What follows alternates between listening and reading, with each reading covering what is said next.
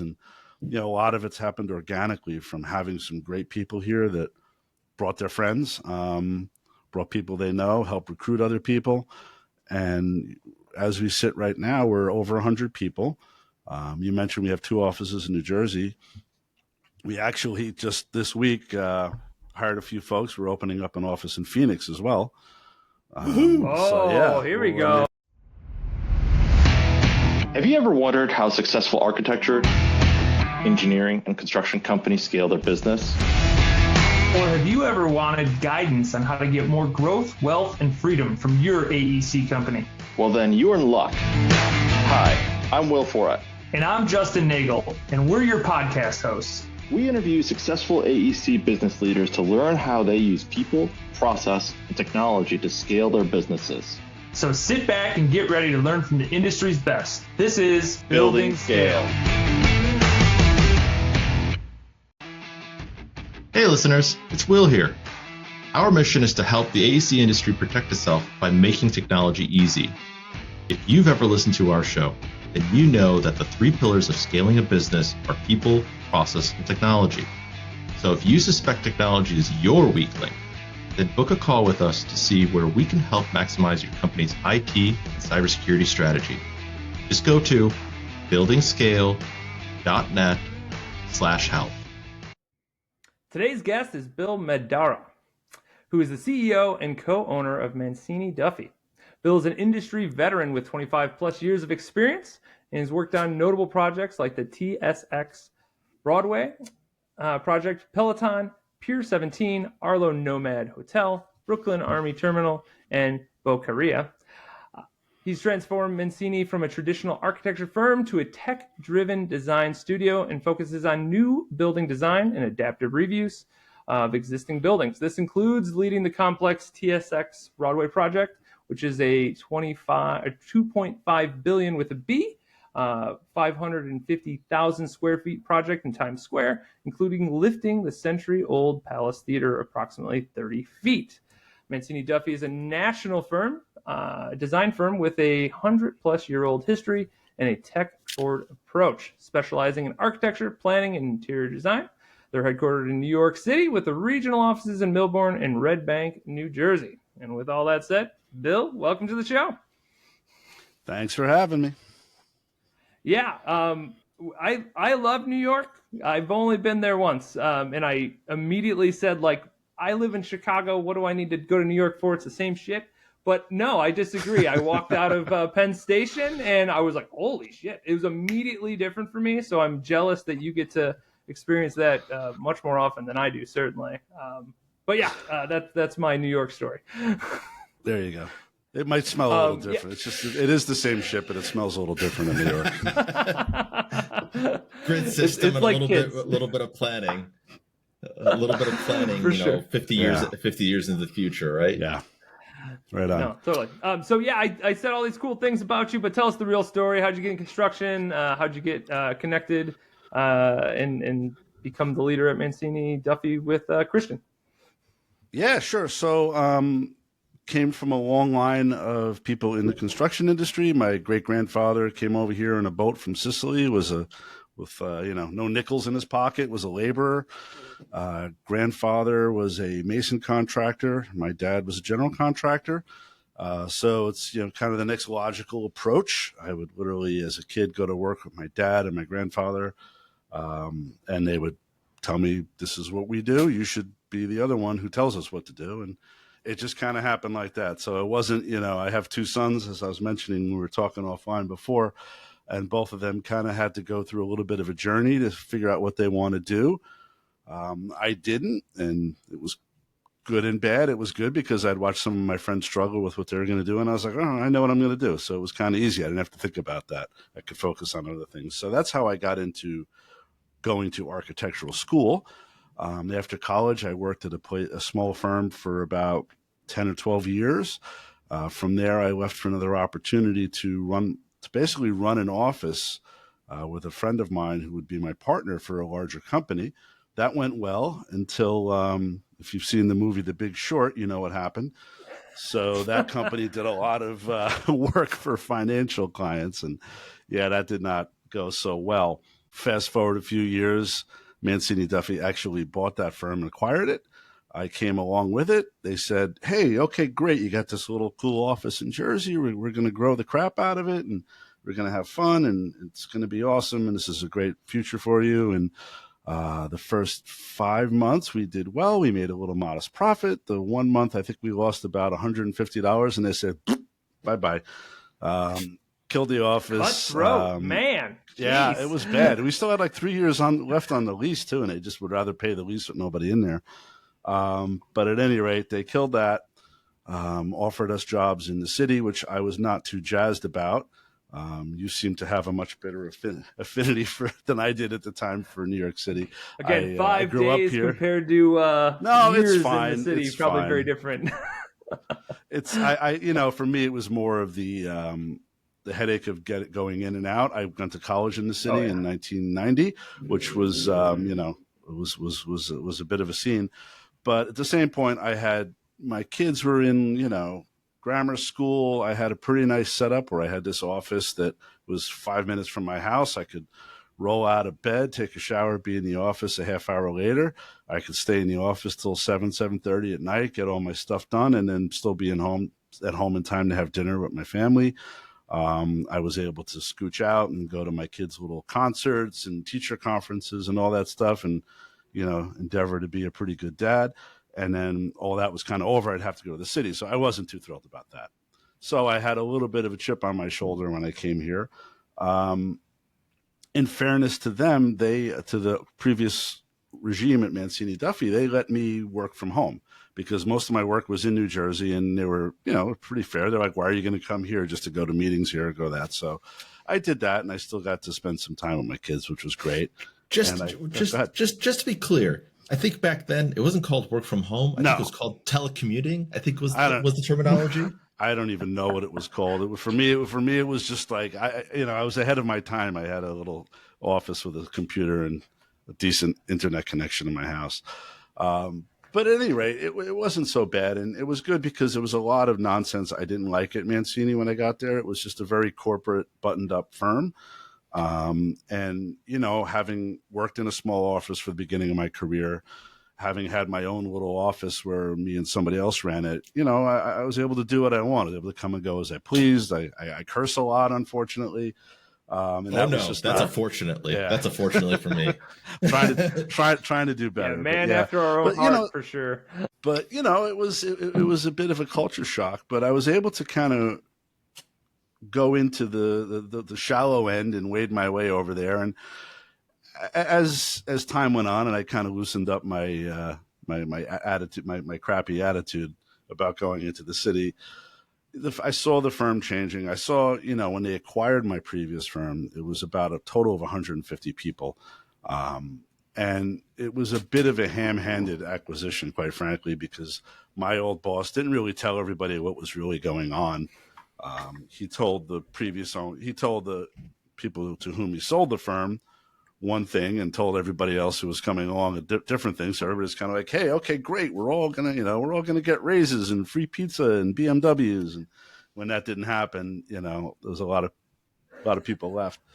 So I would say after about 3 years into it, it went from about 50 people in the firm where I was to about 10 of us.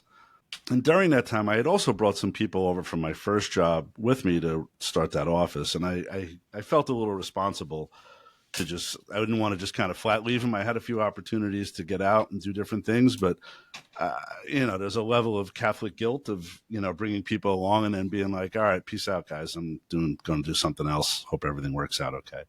So during the course of that, Ralph Mancini, who had previously transitioned his ownership to the firm, was growing a little bit concerned about the next chapter after that and preserving his legacy of the firm. And he had brought Christian Giordano to the firm. I had met Christian once, literally a week before he started here. I didn't even know who he was. A mutual friend of us brought us out, and we went out and had too much steak and too much to drink and had a great time. And I'm like, wow, this guy's great. I'd like to work with him someday. And then he shows up there, and we hit it off pretty quickly. And it was pretty good. And so he came to me he kind of spilled the beans about why he was really here. Told me he would need some help and if I'd be interested in going, in helping them out with that. And I thought about it for about 2 seconds, said, yep. Talked to my wife, who's always like, you do what you want to do. I don't care. And we started this ownership transition, and it was interesting. It was difficult. It was extremely educational for me. I had, despite the fact that my dad had his own business for my whole life, I didn't really have a good idea of how businesses work. I had, the peripheral knowledge you get from my dad coming home and stressing out over payroll or getting paid and getting work and all that stuff. But, when you go to architecture school, they don't teach you real things you need to know. They give you 1 semester of professional practice where they tell you, like, don't copy other people's drawings and put them on your title block. You're like, okay, great, but how do I read a balance sheet? Right, that's good to know, but it'd also be good to know these things. So I got to learn a lot about that.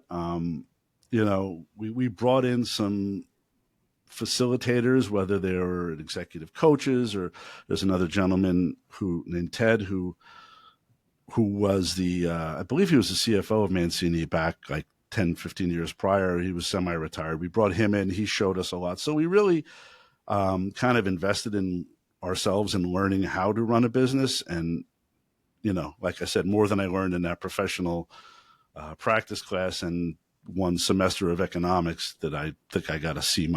From there, we were able to buy the firm and transition. That'll pass. Listen, I tell my son all the time, my younger son's got to go to grad school, and I tell him all the time, I'm like, you don't have the luxury I had. If I just had to get the diploma, nobody goes back and looks at my grades. You have to get good grades because you have to go to grad school. I had a say. There was a saying where I went to IIT. C's and D's get degrees. There you go. Nobody. It's like when it's like in golf, and they say they don't have pictures on scorecards as long as you got them. But so from there, it was. I don't want to bore you with too many of the details, but yeah, we over the course of time, we were able to buy out the previous ownership, who was very gracious about it. They let us step in and ostensibly start running the firm years before we actually came to an accord on that. And I think we officially took over in 2017. And here we are. Now we're, when we took over, there was some work to be done. There was, we needed, there was some really, really good people here, but we needed more of them. And we needed to get more people on board with doing things differently, being a different firm. So we've built that up over the years. And, a lot of it's happened organically from having some great people here that brought their friends, brought people they know, helped recruit other people. And as we sit right now, we're over 100 people. You mentioned we have 2 offices in New Jersey. We actually just this week hired a few folks. We're opening up an office in Phoenix as well. Here we go. Maybe I'll go out. Maybe we'll go out and play around the golf at TPC or something like that. But so you definitely have to do company outings out here. I'm in. Get those United miles. That's right. But yeah, so that's where we are now, and it's kind of hopefully the Reader's Digest, not just vomiting words into this microphone. But yeah, that's kind of how I got from here to there in 6 to 8 minutes. Bill, let me ask: when you spent the whole 2 seconds with regards to Christian and jumping on board, and running the thing, it's a lot of time to spend, right, on such a big decision. Have you ever had any issues, right? Because we've had a bunch of people on our podcast talk about partnerships and where they run into issues. Some partnerships work great, others don't work out so well, and then there's everything in between. How does it work between you and Christian? Well, that's a good point. And I think, there's a few reasons why I didn't really hesitate. First one is I've learned over the years I have a little bit more tolerance for risk than I may have thought. And I think a lot of that comes from my dad and growing up in that area where, 1 year maybe, hey, Billy's getting a Corvette for graduation, to the next year, like, you might have to take a student loan out, right? So I kind of grew up in that, and I'm used to it. On the partner level, listen, I've worked not at a lot of places, but I've seen a lot of partner relationships, and I've seen some pretty darn toxic ones that have, where there's different factions and people are sometimes, I've seen it where one partner will literally just let another one make a bad decision to prove a point that he or she's right. So really what made that so easy is the fact that Christian and I, we get along very, very well. I think we have a healthy respect for each other, what we do. We're different people. We do very different things. Christian is way more on the design end, cares a lot more about how, not that I don't care about things look, but he cares a lot more about that and has much better sensitivities to that, where I have always been on the technical end. I know how to put things together pretty darn well. So there's never been any kind of competitiveness between us, because we do different things that complement each other, and honestly, we like each other. He's a good friend. He's seen my kids grow up. I've seen his kids grow up, and it's been a good friendship. So there's respect there as well. We're not trying to, that's the foundation of everything. Because again, I've seen some awful partnerships, and I've seen some really vindictive business decisions happen that affect a lot of people just out of, people's own spite. So obviously you're not duplicates of each other. You No, complement not each even other. close. Yep. Yeah. So you're almost on opposite ends of the spectrum. Would it be fair to say that it's almost like yin and yang? It is. Although I would say yes, we're very different, especially if you look at the two of us, we're very different, but we were both brought up with very similar values. Christian's dad was self-employed, just like mine. I think, it's kind of corny, and Christian will probably make fun of me if he hears this, but we both grew up in Italian American families. There's certain values you have there. And I think it's just as different as people can be. If you have the same foundation, same values, things that are important to you, family, all that stuff, it works easily. And we also had very similar visions for what we wanted a firm to be.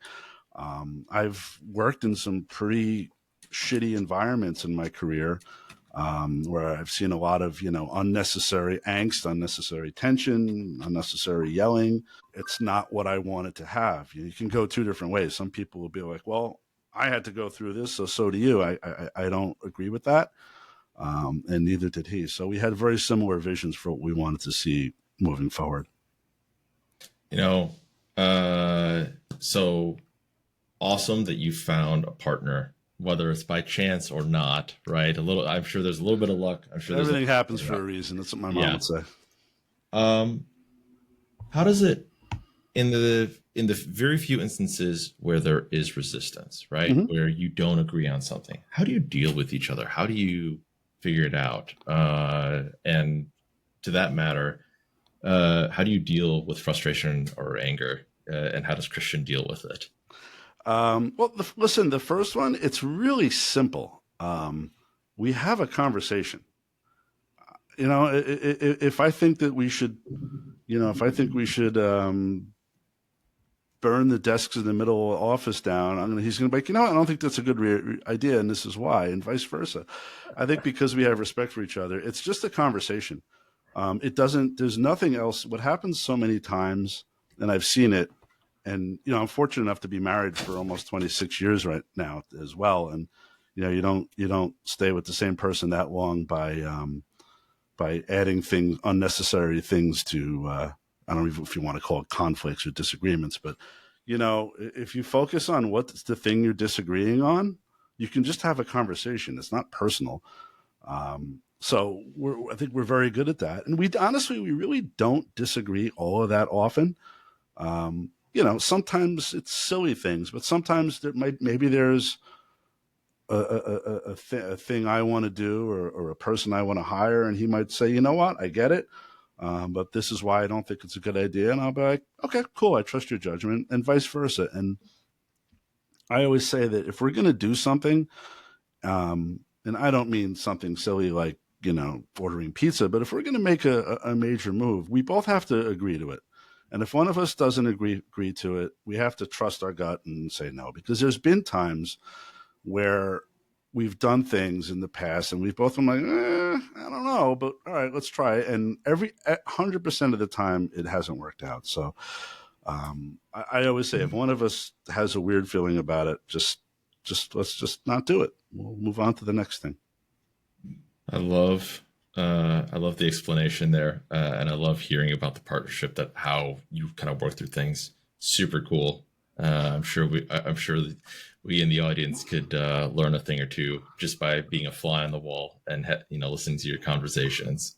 Well, listen, I've also learned from my own mistakes. I would say in the past, again, I've made some odd decisions, and I've taken almost everything in my life personally that I shouldn't have taken personally. But I think you get to a certain point, and when you trust somebody too, it's a matter of if you trust somebody. If I know that you're not, if I know you're literally saying, Bill, I think that shirt looks a little bizarre on you. You're not saying it because you're trying to make me feel bad. You're just trying to give an honest criticism. Go back to the shirt store and try a different one, and it's cool. We can all go back to the shirt store every once in a while. Finding trusting people, right? Finding trusting people, not just a partner, but people that work for the firm, right? So take us through the kind of growth of that. So 2017, you officially take over, even though you were kind of doing the job before that. What did the firm look like then? And then what did the growth based on, people growth since then? I would say we're probably around 50 to 60 people there. Right. And listen, 2019 was, we kicked ass, and 2020 was shaping up to be an amazing year for us. It's funny. I had renovated my house, which I had planning on doing for years, but I finally did it in January of 2020. We started the construction, which there's a whole other story there about how literally during COVID, I had like 20 people in my office with air compressors and doing work in my house with the roof ripped up and my whole family. I was like, no big deal. We'll take like little weekend trips to here and there, and it'll be great. We don't have to worry. We don't have to rent the house. It'll be fine. Don't sweat it. Yeah. But at any rate, we really had a good year. We were probably up around 80 to 90 people. I always joke around because I got some really nice appliances in my kitchen because my wife and I are in the store. I'm like, it's going to be a great year. Screw it. Let's get the good stuff. Obviously, that didn't turn out so well. So like everybody else, we contracted, unfortunately, a bit during COVID. Sure. And, I always say like 2020 was obviously a bizarre year. It wasn't great. And 21 into 22, I think was when we really, really started feeling the effects of it, because everybody kind of like treaded water and did things. And when you got to 21, 22, that's where things started getting a little weird. But something happened very early in 22. It all started coming together and everything started working better. Internally as well as externally, we started getting more work. And since then, thank God, we've just been on a tear. I mean, like I said, we're up above 100 people now. We have a couple other things in the works to be announced later. Like I said, we have Phoenix going. So we have some major projects we've won. And thank God, it doesn't appear to be stopping. We're very fortunate in that respect. Now, listen, a lot of what helped spur that is, to your point about trust, is other people here.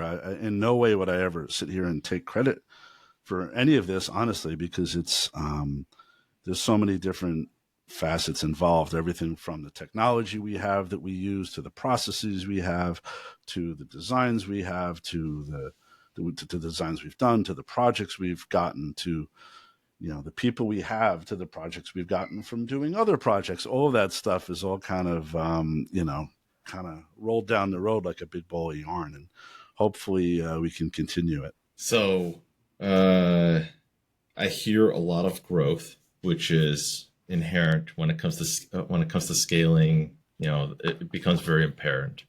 I want to ask a little bit.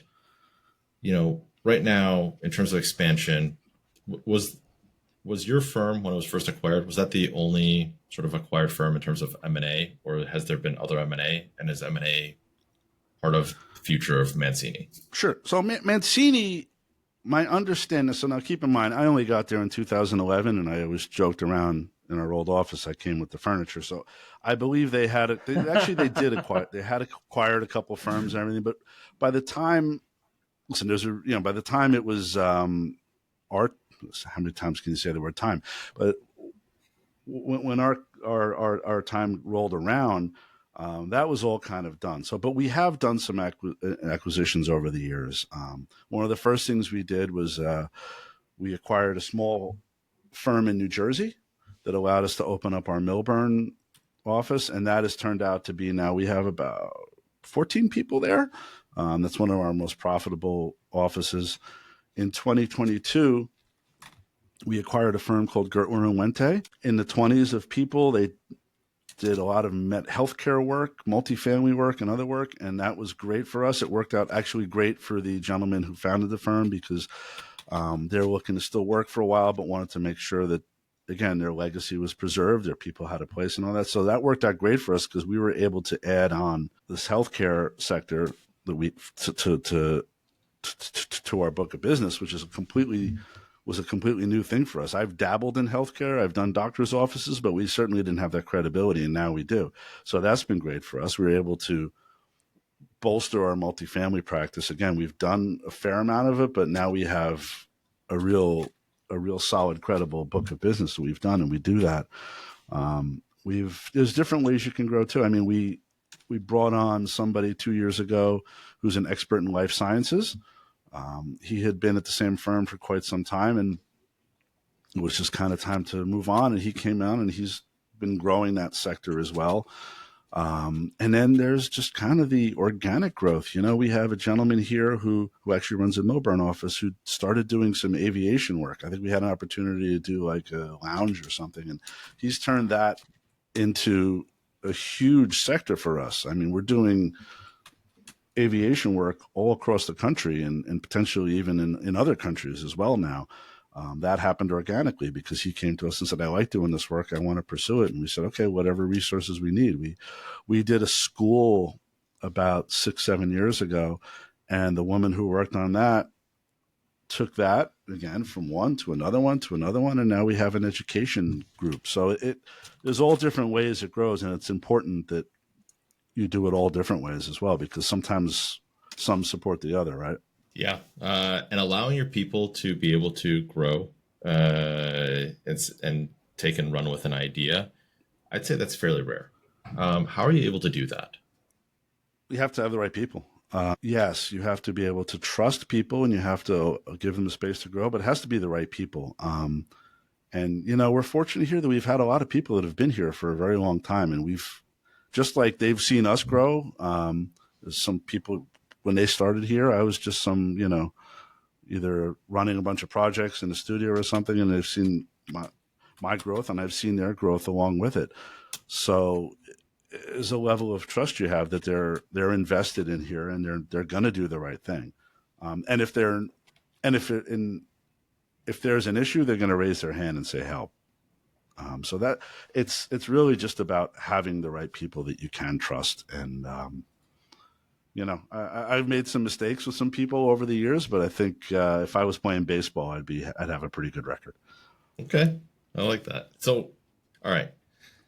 We talked a little bit about people. We talked a little bit about process, technology. This is something I'm a little excited about, because when we talked in the pre-interview, I went, you guys really have something going on. And I think you should kind of spread the word about it. So tell us, and why don't you start with where it all started, right? Yep. And how you approached it first. Without giving too much away, I'll let you tell the story. Okay, so I sat in a room. I did magic mushrooms with Aaron Rodgers, and it all came to me. That's not what happened. No, so there's a gentleman here, Mike Kipfer, who, years and years ago, when he was just a young buck, came to us he had this idea. He wanted to start trying out and experimenting with different technologies. So Christian had an office in our old spot, and he said, can I have your office? And Christian, being Christian, said, yeah, sure, take it. And a week later, there's VR glasses, there's 3D printers, there's people doing kind of weird stuff in there when somebody, an old school guy like me, might be like, hey, shouldn't they be working? But indeed they were working. And it all kind of came together for me when we were doing this project, and I was trying to convey to the owner that what he wanted to do in the lobby of this building was going to create a volume of a space that was not going to feel good. And in his mind, it was more grand to take out 2 floors above and have this big, tall space. And I kept saying, you're going to feel like you're in a box of Raisin Bran. And when they showed me, they kind of came to, hey, look what we can do. And I was like, oh, cool. Can you take this and put it in there? And they're like, I think we can. And they did. And they gave me these, it was like it was like those first VR things. It was like a cardboard box with a phone in it. And we were standing there at the end of the meeting. I went to the gentleman. I said, can you do me a favor? Put this on. And he was like, Mandara, what are you doing? I'm like, just humor me. Put these on, and I want you to feel what this is. And he looked on it, and he looked up, and he goes, wow, yeah, this sucks. I don't want to do this. And for me, I was like, wow. I had spent numerous meetings trying as diplomatically as I could to say that I respect your idea, but I don't think it's going to be all that great. And in literally like 8 seconds, it was boom, done. So I was like, okay, I get it. I'm in. And then from there, we started doing things like we had another project where we had a lobby, where it was another building renovation. We had a lobby, and it was in Long Island City. And they came to the project manager who was working on it, and me, I was the principal on it, and said, hey, what if we tried to print part of the wall, like 3D print part of the wall? And I said, what do you have in mind? And they came up with a design. They presented it to the client, and the client says, great. And it was this brick wall, and they were 3D printing these different bricks with different shapes that abstracted out to something. I'm like, okay, good. How's this going to work, though? And they were like, we don't know. So I was like, all right, here's what we're going to do. We went and we ordered, it was those thin, a bunch of the samples of thin bricks, a bunch of the system in which it interlocks. And I said, all right, come over to my house on Saturday. I'll get some beers and some power tools and some lumber, and let's try and do it. And we literally sat out in my garage and driveway, and we built one, and it didn't work. We built another one, and after a couple of weeks, we had this sample that probably weighed like 250 pounds. But it was roughly figured it out, and we brought it into the office somehow, and we showed the client. They're like, yeah, that's great. And ultimately, they refined that way more than this kind of weird mock-up we had in my driveway. But, everything from that, and I think it's also kind of the camaraderie about it too, is, everybody was like, all right, we're gonna go to Bill's house and watch his wife look out the window wondering what the hell is going on. And then from there, they were like, can we bring on people who can write code and write software? Well, sure. And, it was at the point where we knew, we made this investment in the firm, but it's not like we're trying to like get in and get all our money and go buy a Lamborghini and leave. We know this is a long-term investment. So sure, we spent some money on some different things. And then from there, they started developing, our own software, which is patented now. It's called the Tool Belt. And what that is that's an interactive tool that allows you to walk through the design of the space or the building. Some of the early versions was literally like we mocked up. They were putting tape on the floor in the cafeteria or where you'd eat lunch in our old office and hooking it up to a TV. And they brought the owner of Boqueria, who you mentioned before, in there, and he brought his chef in there to see how the kitchen felt in VR. And he was like, oh, move this here, move this here. And it was just a series of these things being like, wow, that's super useful. And because it's our own software that's developed in-house, they're able to make edits to it. So, that has evolved tremendously over the years to the point where now it's so evolved that we're doing a vehicle maintenance facility for one of our clients. And when we were actually sitting there trying to win the job, we gave them the spiel about our software and showed them the demos, and they said, this is great, but can we actually drive the trucks through there? And I'm like, yeah, we'll figure it out. We'll get you to drive. So we got the job. I came back and I'm like, guys, so I need you to figure out how to drive a truck. Here's my Amex card. Go buy a steering wheel and some stuff. And you know what? To their credit, they figured it out, and it was great. We had numerous sessions with the client, with the end users, and when everybody first got over the goofiness of somebody sitting with goggles and pretending to drive a truck through a thing, it actually was super useful because we were able to see that the way we had envisioned laying out some of the signage and some of the directions of the path of travel of the traffic wasn't really that great. So rather than, having it all built and then going somewhere and somebody gets in the truck and is like, wow, you guys kind of screwed the pooch on this one, we were able to pivot very quickly, literally in the meeting, change a couple things around, and then boom, and it's done. And this is all before we even went into construction documentation. So, I mean, that's just one small example of it. But the development of that software, it's changed everything for us. It's changed our entire process. When I was 10, 15 years ago, you would do your project, you would get your drawing, your 2D drawings, you'd get your plans, your elevations, you'd get a rendering that was super important. The rendering kicked ass, right? Maybe you'd send it off to China to get done or something like that, and go back and forth in Adobe and explain why people need to scale all this other stuff, and maybe you'd fib a little bit in the rendering because you want it to look good, right? Maybe you move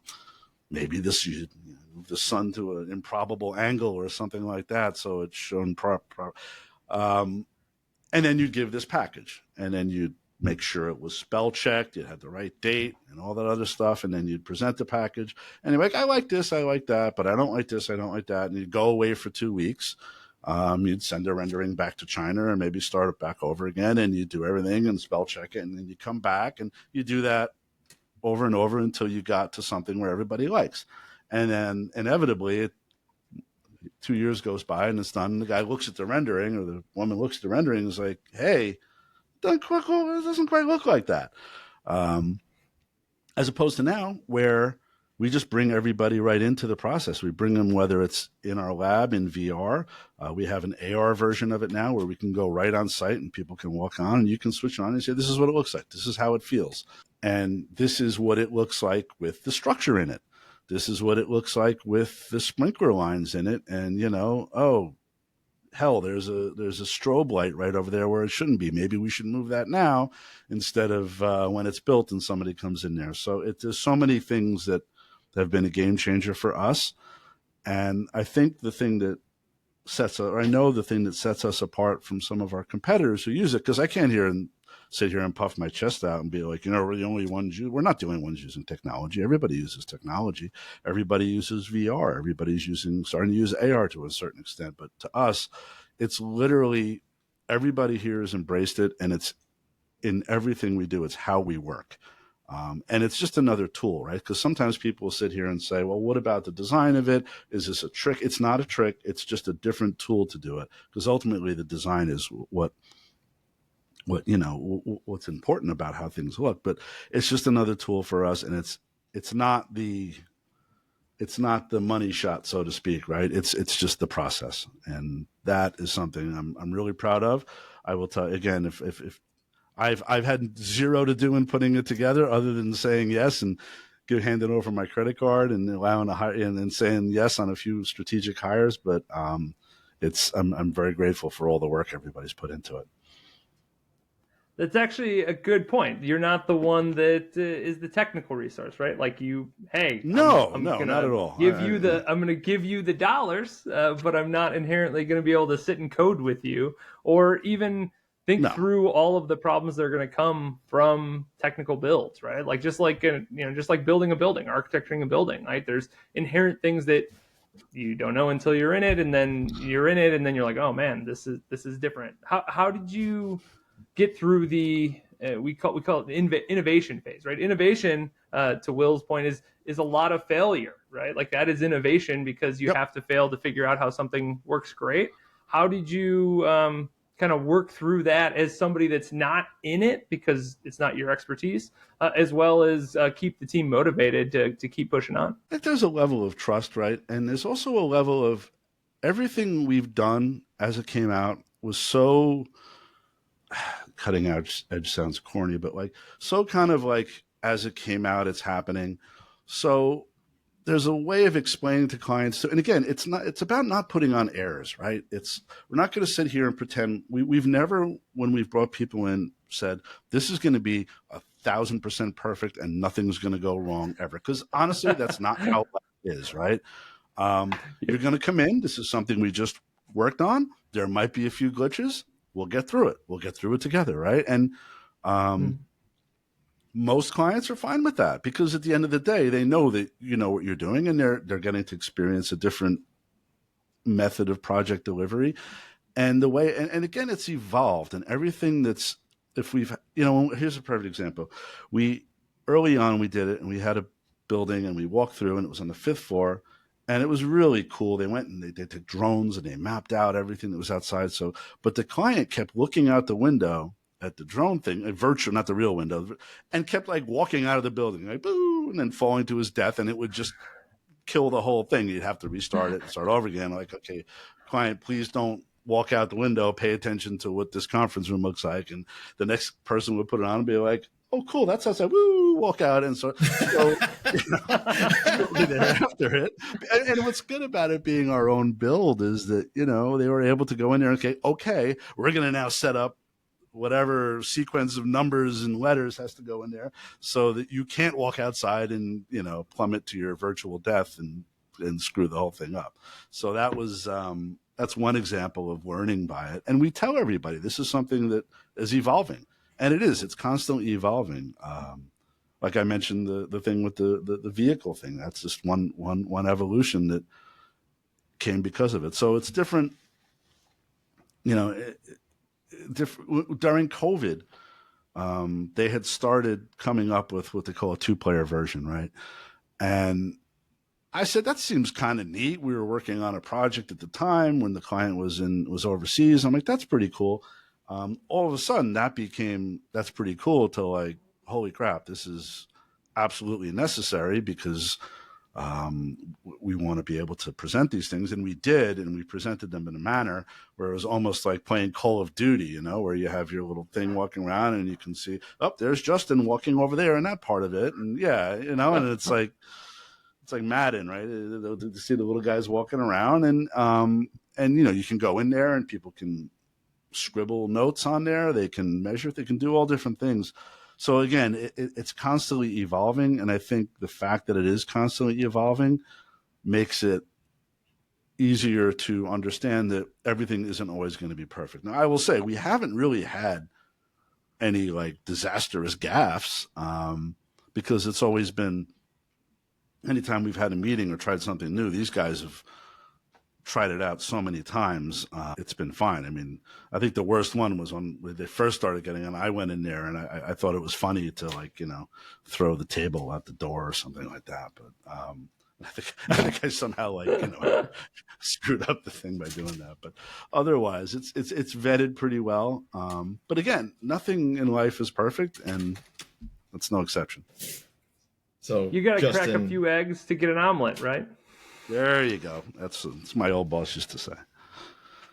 When I think about technology, whether cost or investment, right? And different companies think about this differently. You obviously think about technology as an investment. Mm-hmm. But there's a little bit of the unknown that's happening here. Was the visionary part really, did it come from Mike, or was there a need? And what it's evolved to today, you couldn't have necessarily imagined back then when you first started this, right? Correct. I definitely couldn't. So there's a little bit of, we'll call it faith or trust in that this is going somewhere and there will be a return on it somehow, right? So how do you evaluate something that's as, so out there, right? And you're just putting dollars into it and not necessarily knowing if you're going to get the dollars back. So, again, I don't know that there's a real metric I could put forth in it, but for me personally, um, seeing the reaction of clients, seeing the reaction when we tell potential clients about this, seeing the reaction when we tell folks like you out there, that's what it is. It's something that separates us apart. Look, we compete with some of the largest firms in the world. You know all their names. Sometimes we compete with a 5-person firm, and it's hard sometimes to stand out amongst those. Um, so it's definitely a differentiator. It's not our only differentiator. We do great design. We have great people. We have solid technical drawings, all that good stuff. But it's a differentiator. And for me personally, when I saw that early on, that it's something that makes us different, you're not going to walk into architectural firm XYZ's office and have that same experience. It's a no-brainer. Again, I don't necessarily need to see a spreadsheet that says what the actual return on the investment is, because there's an intangible there that is, to me, is invaluable. Now, if somebody came and said we need to spend $2 million on an AI computer that's going to turn us all into human batteries, I'd probably be like, no. And if it does, hopefully our robot overlords are kind to me. But there's a certain intangible that you can't really put a value on. But I will say that it really has set us apart over the years, especially earlier on. And now as it continues to evolve, because that's the challenge, right? Everybody catches up. When we first did it, we called the room the design lab, and we had some cool signage made up and had a party and website, all this stuff. And then all of a sudden you're like flipping through and you're like, oh, look at that.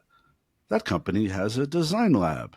Oh, so does that one. Look at that. So you have to be constantly, updating and improving things. So, okay, technology makes. Tell me if you agree with this statement that technology makes, when used appropriately, technology makes all businesses look a little closer to each other, and in terms of function, right? Mm-hmm. So, you're in the business of architecture and design. So, where do you draw the line between? Because you're now in the software development business, which is very different from architecture. So where do you draw the line between we're a design firm to we are a SaaS company or something like that, right? You can't be in every business. Yeah, of course. So how do you make that distinction? How do you draw that line? The technology has to be in service of what we're doing, which is bringing great design, putting great design out there, improving the built environment, all of those things that might sound a bit cliche, but as long as the technology is in service of what we're doing, what we're here to do as architects and designers, could we figure out a design, a piece of software to have a robot make the best Neapolitan pizza? Maybe, but that's not what we do. It's a silly example, but it's not what we do. It's not in service of what we're doing. So to me, again, it's about the great design. It's about the great drawings. It's about the great client experience. It's about all of those things, and the technology is simply just a tool to get us there. No, it's no different to me than when I graduated college. I was like AutoCAD guy, right?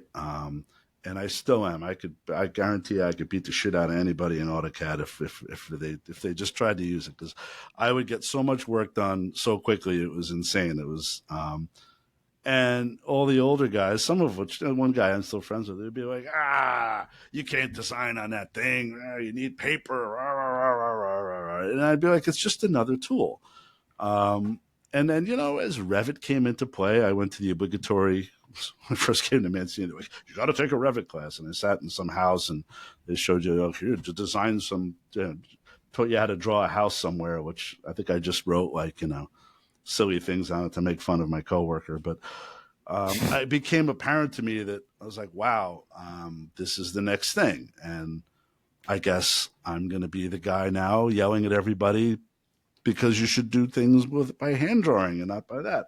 So there's always something else. There's always some different level of technology out there that's going to be different. And at the end of the day, it's a tool. It's the same thing goes for AI, right? It's a tool, and until it starts harvesting our organs, it's a tool. How do you see it affecting you? Do you see? I have my own personal opinions on AI, but do you see AI being useful to you and your firm in, let's say, the next 3 years, 5 years, 10 years? When do you see it truly being useful for you? I think it can be already in the idea of doing quick iterations of something that you've thought of. I've mentioned before I'm a musician as well, and I think there's a whole controversy because Motley Crue just came out with a song or something, and they're saying that it was mostly AI generated, and they use. To me, I hate that because it's the same thing, right? When it becomes a replacement for the human part of it, it's just not the same, and it's cheating. And I think you can tell the difference, right? There's a certain, not to be too philosophical, but there's a certain human spirit that is in all things creative, whether that's designing space or buildings, whether it's creating meals, whether it's creating music, creating art. There's a certain human spirit that's in there. And sure, you can type in the right combination of words to get it, or even writing. I personally detest ChatGPT. I have a lot of friends that are like, oh, just type the thing and it types it up for you. And my mom was a teacher, so it drives me insane. It's also writing is one of the few things I'm kind of good at, so it really pisses me off.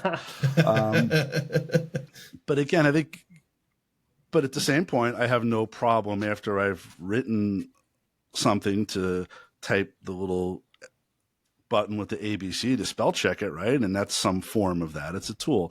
So I think that it's a fine line, and we're really at a weird inflection point as a society with where do we draw the line on this, and where is it, what's okay and what's not okay? Because I just keep going back to the music thing because that's what I'm pretty passionate about. But like, you can tell when something is manufactured for the masses because, the right, that this clicks with this focus group, so it's going to be this chord progression or this topic for a song, right? And it's like that with everything else, right? It's why mass-produced fast food sucks, but your local steakhouse is great with the people who have hopefully had it for years, and they have that same oven that they've been cooking steaks in for 40 years. That's why that's great. And, Olive Garden sucks, right? It's like the same thing because all of that stuff is tested out for the masses. What is the best thing that people are going to like? What is the one flavor going to like? And it's broken down, and it kind of sucks. And I think it's like that with everything, including architecture. Well, there are riches and niches, even though technically it's not called niches, but I'm going to call it niches anyways. Justin, yeah, I agree. The watered down. Yeah, for sure. The watered down version of anything creative is never, it's watered down. It's literally what it is. So when you talk about if it's food in Olive Garden compared to a little, tiny mom and pop shop out of New York, like inherently it loses the love and the beauty that it is because it's watered down for the masses, right? Architecture, same thing, right? If it's just like you're building a box, it's got some rooms in it and move along, like it doesn't. Sure, does it function as a place where people could go? I suppose, but it's different. Yeah. It loses that soul, as to your point. Right, and that's the danger. Yeah, so that's the thing I see with AI. That's the danger with it, right? For sure. One thought that I wanted to make sure the listeners had. So Spot, Migration, and Mancini have actually one big thing in common. We both have podcasts. Obviously, Building Scale, which you're on right now, but you guys have a podcast as well, The Anti-Architect. Tell us a little bit about that. Just give a little blurb on that and what you guys are doing with that. Yeah, so that's my partner Christian's podcast. He had an idea to do one. He saw saw kind of a lack out, not a need, but a void out there in the industry for people actually talking honestly about what we do.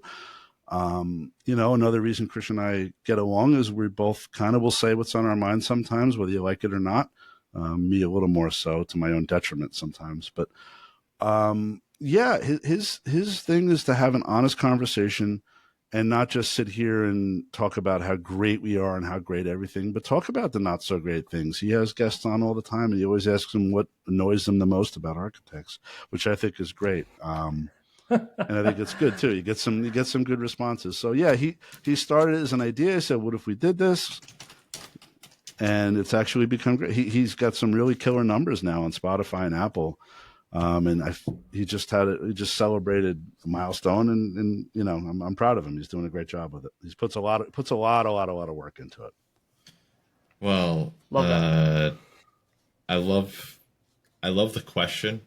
We may have to adopt a version of that question. You have to talk to him and get his permission first. I don't know. I'm just the messenger. I won't. I don't think you can copyright a question, by the way. Yeah, I don't think that works that way. But we do have our own question that we like asking on the show. So it's time for our last question. If you were to go back 20 years, what would you tell yourself? What advice would you give yourself? Buy a shit ton of Apple stock. Number one. Look, I have made, I've made some mistakes in my life and in my career, none of which have really hurt me that badly. But I've had a lot of luck. I really had things break a certain way for me in moments that it was just kind of almost inexplicable.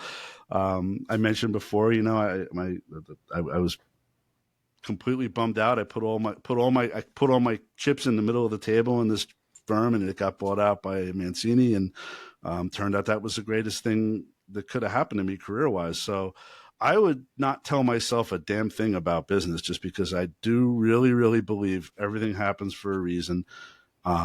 And everything that's happened to me in my professional life that I've seen initially either as an obstacle or something bad has always led to something great, or something better, or something that's brought me to where I currently am. And I'm sure that trend will continue for as long as I'm fortunate enough to be doing this. So I wouldn't tell myself a damn thing other than to maybe just stop buying Jets tickets, because it's never going to happen.